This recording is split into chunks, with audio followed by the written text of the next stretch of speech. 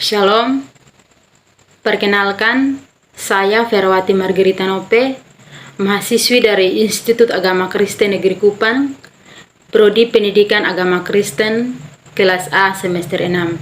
Di video ini tentang simulasi mengajar di siswa SMP kelas 8. Halo adik-adik semua, selamat pagi. Oke, apa kabar semua hari ini? Ibu harap semua dalam keadaan sehat ya. Oke, puji Tuhan karena semua dalam keadaan sehat. Nah, sebelum kita memulai dengan kegiatan pembelajaran kita hari ini, kita akan absen dulu ya. Oke, semua hadir ya. Nah, sebelum kita belajar, kita akan mohon pimpinan daripada Tuhan. Kita semua ambil sikap doa. Mari kita berdoa. Bapa kami dalam kerajaan sorga, kini tiba saatnya Tuhan, kami akan memulai dengan kegiatan pembelajaran kami hari ini. Mari Tuhan Yesus mencampur tangan, Tuhan Yesus memberkati kami, buka wawasan pikiran kami ya Tuhan, agar setiap materi yang kami dapatkan hari ini dapat kami mengerti dan memahaminya, dan biar menjadi bekal untuk masa depan kami. Bapa di dalam kerajaan sorga, inilah kami Tuhan. Terima kasih Tuhan Yesus, haleluya, amin. Oke, terima kasih. Baik, kita akan memulai dengan materi kita hari ini. Namun sebelum kita memulai dengan materi hari ini, Ibu mau mengingatkan kembali tentang materi minggu lalu. Nah, siapa yang masih ingat materi minggu lalu? Yang masih ingat silahkan angkat tangan. Oke, silahkan. Oke.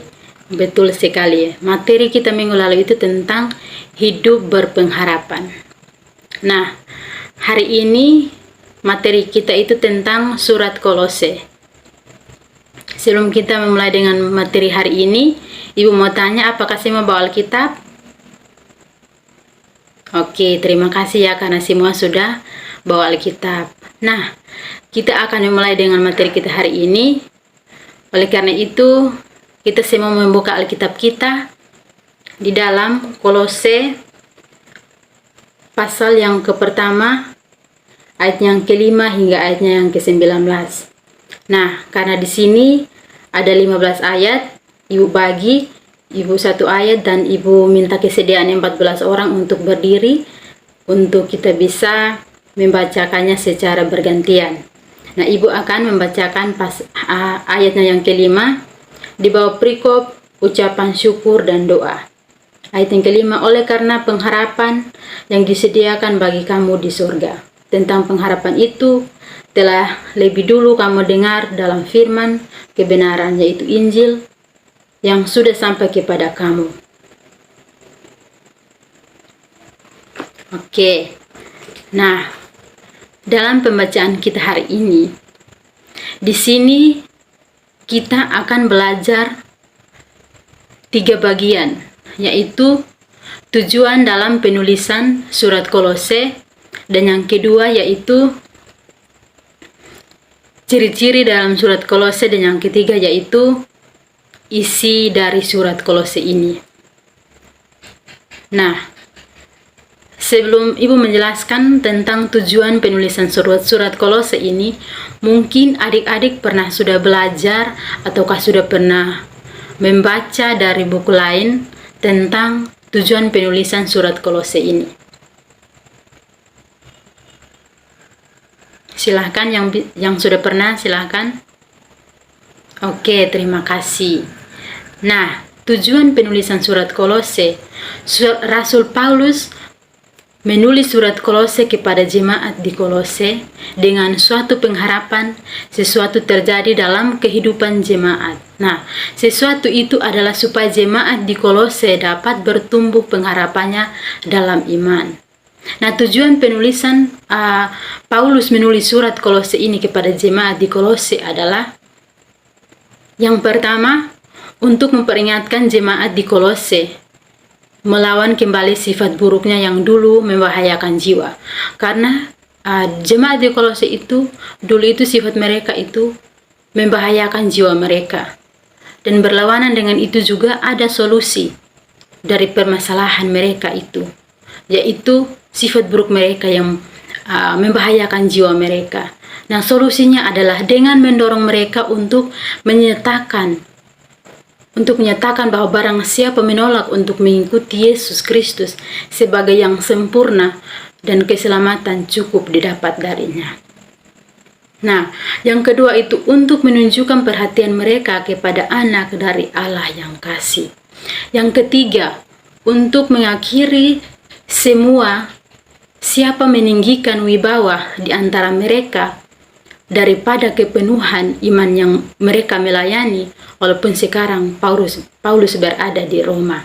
Dan yang keempat itu untuk menegaskan kebajikan dari kemauan mengampuni di antara jemaat di Kolose. Dan yang terakhir itu adalah yang kelima itu adalah untuk menyelesaikan permasalahan mengenai doktrinal tentang pribadi Kristus. Dan yang terakhir itu untuk menyelesaikan masalah praktika tentang kehidupan orang Kristen. Oke, yang berikut kita akan belajar tentang ciri-ciri surat Kolose. Nah, sebelum Ibu menjelaskan, mungkin adik-adik sudah pernah belajar atau sudah pernah membaca tentang surat-surat Kolose. Oke, baik. Kalau tidak pernah, Ibu akan menjelaskan. Nah, surat Kolose ini ditulis oleh Paulus dan ditujukan kepada jemaat di Kolose. Ditujukan kepada siapa? Ya, jemaat di Kolose. Nah, ada beberapa ciri atau karakteristik yang menandai surat Kolose ini, yaitu yang pertama itu filsafat palsu, yang mana mengakui lebih dulu menemukan rahasia-rahasia dan melihat penglihatan-penglihatan, dan mereka menyangkal semua kecukupan dan keunggulan dari Kristus. Yang kedua itu berhubungan dengan upacara yudaistik. Dan yang ketiga itu pujian malaikat, yang mana akan juga mengurangi keunikan dari Kristus, seperti jika Kristus itu tidak cukup dalam hal menyelamatkan. Dan yang terakhir itu adalah hal-hal yang berhubungan dengan asketis. Nah, yang terakhir itu tentang isi dari surat Kolose. Mungkin ada yang sudah pernah belajar tentang isi surat Kolose ini? Oke, belum ada ya. Nah, kita akan belajar bersama-sama. Isi surat Kolose. Yang menonjol dalam surat Kolose ini adalah dari Kolose pasal 1 ayat yang ke-14 hingga ayat yang ke-22 yang memaparkan mengenai kristologi dari Paulus. Ini juga ada kaitannya dalam doa yang dibuka Paulus dalam pasal 1 ayat yang ke-19 diawali dengan kata anak. Nah, kalimat yang menerangkan istilah anaknya yang kekasih kemudian ditujukan dengan suatu penjelasan tentang Kristus dalam istilah yang hanya dapat diterapkan pada sesuatu yang ilahi, yang akhirnya disajikan dalam sesuatu pernyataan yang mengejutkan bahwa dalam dialah berdiam secara jasmania seluruh kepenuhan kealahan. Nah, Kristus harus ditonjolkan dalam penciptaan, penebusan, gereja, dan kehidupan pribadi. Nah, penebusan dosa itu sangat menonjol dalam pengajaran Kolose. Di dalam Kristus, kita memiliki pengampunan dosa. Melalui darah salib Kristus, kita diperdamaikan dengan Tuhan. Namun, Paulus memusatkan perhatiannya kepada dua persoalan penting dalam suratnya yang dikirim kepada jemaat di Kolose, yaitu mengenai ajaran yang benar dan nasihat-nasihat praktis.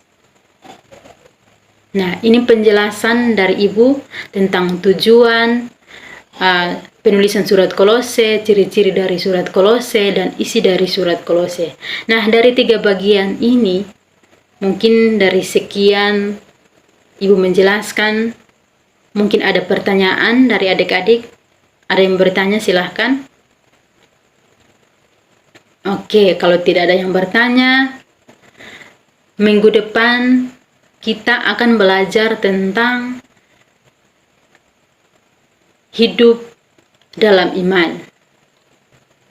Oke, Karena tidak ada yang bertanya, kita akan mengakhiri pembelajaran kita hari ini. Dan sebelum kita pulang, kita akan menutupnya dengan doa. Karena kita mengawalinya dengan doa, kita akan menutupnya juga dengan doa. Oke, mari kita semua ambil sikap doa. Kita berdoa. Bapa dalam kerajaan surga, kini tiba saatnya kami akan pulang. Mari Tuhan Yesus tuntun serta kami di perjalanan, tibakan kami dengan selamat. Apa yang kami pelajari hari ini Tuhan, biarlah boleh berguna, bermanfaat bagi masa depan kami. Tuhan berkati kami, terima kasih Tuhan Yesus, haleluya, amin. Oke, terima kasih ya untuk hari ini, dalam partisipasinya semua hari ini. Silahkan pulang, kiranya Tuhan Yesus memberkati kita semua. Shalom.